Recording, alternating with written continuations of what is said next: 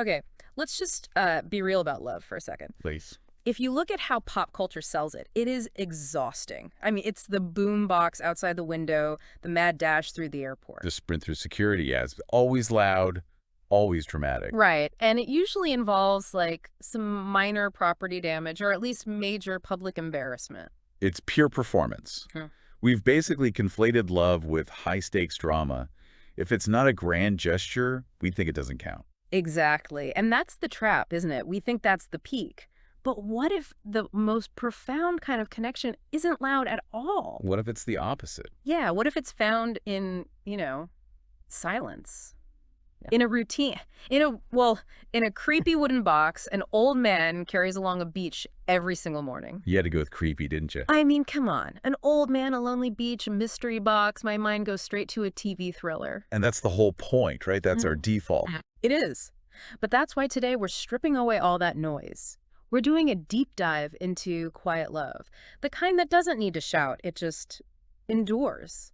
And our source for this is a really fascinating piece of work. We're looking at Whispers of the Shape of Love by Abdullah Al-Khalifa, specifically one short story from that collection called The Eternal Shore. The Eternal Shore. It sounds a little ominous, but stick with us because it's less horror and more of a masterclass in, like, emotional intelligence. It really is. So, set the scene for us. Where are we? We're in a small, nameless seaside town. You can practically smell the salt in the air. It's all crashing waves, overcast skies, very atmospheric. Okay.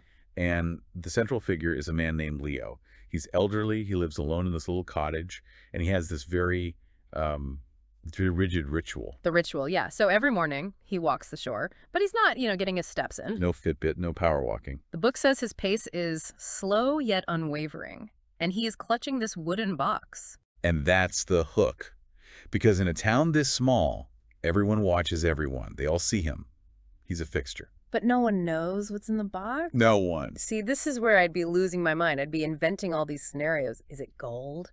A treasure map? You went to a severed head before. I did. My mind goes to dark places. But the text points out something really important here. Leo doesn't seem suspicious. He radiates this calmness. Serenity. Which is key. Usually, if you're hiding a secret, you look guilty. Leo just looks whole. Complete. Which is almost more unnerving. So you have this picture, old man, sea, box. It's basically a painting waiting to happen. And that is literally what happens next. Enter Maya. The catalyst. Exactly. Maya's a young painter. She's moved to the coast to escape the city. She's burnt out, and she sees Leo on his walk. And she becomes our eyes, really, the audience. She starts painting him from a distance, just trying to figure him out. There is something a little voyeuristic about it, but artists are professional voyeurs, aren't they? Sure. But she's trying to capture his essence, and she realizes she can't. She can paint the man, she can paint the box, but she can't paint the weight of the box. Oh, that's a great line, the weight of the box. So her curiosity finally gets the better of her. It does. She walks up to him one morning, and I like that she's gentle about it. She says something like, I hope I'm not intruding. And this is the pivot point. In a thriller, he'd slam the box shut and run. Right. Get off my beach. But he doesn't. He just smiles. Yeah. And he opens the box. It's not pirate gold. It's letters. Letters and a few small keepsakes. From his late wife, Emma. He explains that she died years ago, but she adored the ocean. So every morning he brings her here. He reads her letters by the water because it's where she felt happiest. It's such a simple reveal, but let's pause on that because my first thought, and I'm sure some people listening are thinking this too, is that healthy? It's a fair question. To carry a literal box of the past with you every single day, it sounds a little... Well, that's the traditional view of grief, right? For a long time, the dominant idea, going back to Freud even, was that the goal of mourning is to detach. To move on. To move on, cut the emotional ties so you can form new ones. If you didn't, it was seen as, pathological. But that's not how we see it anymore. Not really, no. Over the last few decades, there's been a huge shift toward a model we call continuing bonds. The idea is that you don't actually get over a major loss. You learn to live with it. You integrate it. You integrate the person into your life in a new way. So Leo isn't in denial. He knows she's gone.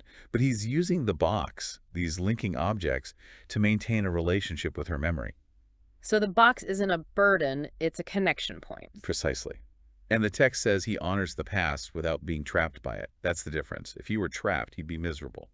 But remember, he radiates serenity. He's not haunted, he's accompanied. That makes sense. Mhm. So Maya and Leo strike up this friendship, and it's a quiet one. They're not going bowling. No karaoke nights, no.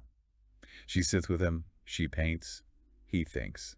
Their whole relationship is built on that shared silence. Which is so rare. We're always trying to fill silence. But eventually, Maya asks the big question, the elephant on the beach. She asks him, Leo, have you ever felt lonely, missing her all these years? It's a brave question. It's the one we're all thinking. And Leo's answer is, it's the core of this whole story. He doesn't just say yes or no. He looks out at the ocean and says, love transcends physical presence. And then the kicker. He says, my love for Emma doesn't diminish just because she's gone.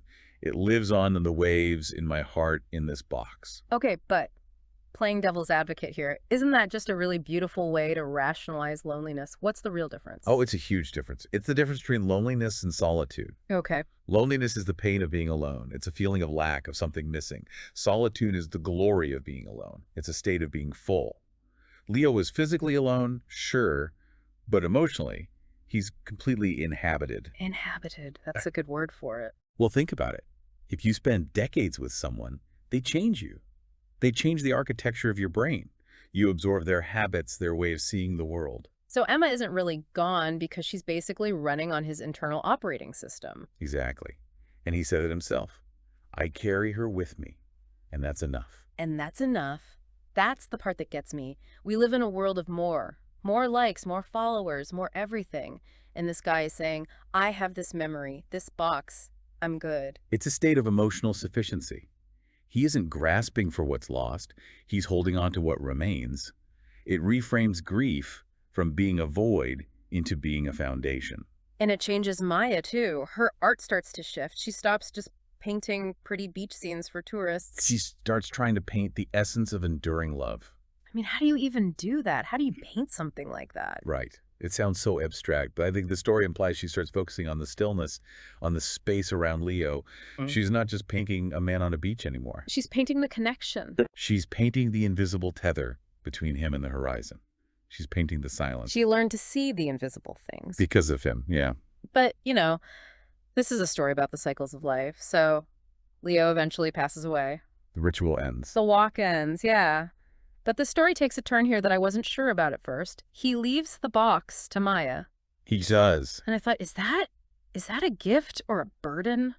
Here, kid, here's a box of my dead wife's letters. Good luck. It feels heavy, for sure, but he includes a note with it. Oh, yeah. Right? Pass this on so others may learn that love never truly leaves. So it's not a keepsake, it's an assignment, a mission. It's a curriculum. He's not giving her his grief, he's giving her the wisdom he gained from it. He's deputizing her. So the box stops being just about Emma. Exactly. It becomes a symbol. It's no longer a private shrine, it's a public lesson. Leo's love for Emma was a closed loop for decades. Just him and the sea. And by giving it to Maya, he opens the loop. He does. And the story says she shares his story with others. So now people who never met Leo or Emma are learning from their love. The story becomes the vessel. That's the real legacy. It's the only true immortality we have, maybe. It just really nails the author's point that even when love can no longer be touched, it can still be felt. And notice how it all happened. It wasn't through a lecture or a viral video. It was just two people sitting in silence. Which brings us to the author himself, Abdullah al-Khalifa, because this quietness, this slowness, it's his whole style. It is. There's a quote from him about the book that says it all. Some books aren't written to impress. They're written to understand.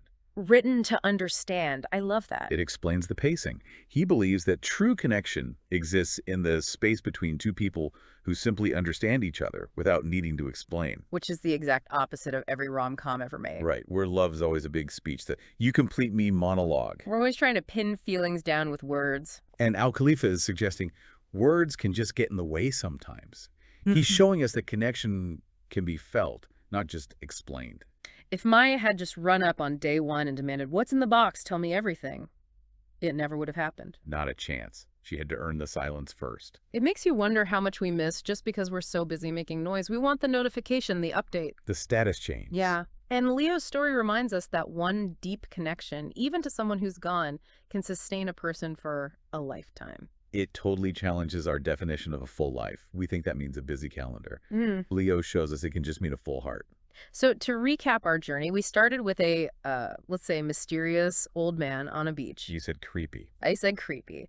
Then we uncovered a love story that outlasted death. We learned about continuing bonds, and we ended with this beautiful idea about legacy. Not bad for a quail walk on the shore. Not bad at all. And if you want to experience this for yourself, the book is Whispers of the Shape of Love by Abdullah Al-Khalifa. It's available as an ebook on Amazon Kindle. Definitely a book you read with a cup of tea, not an energy drink. For sure.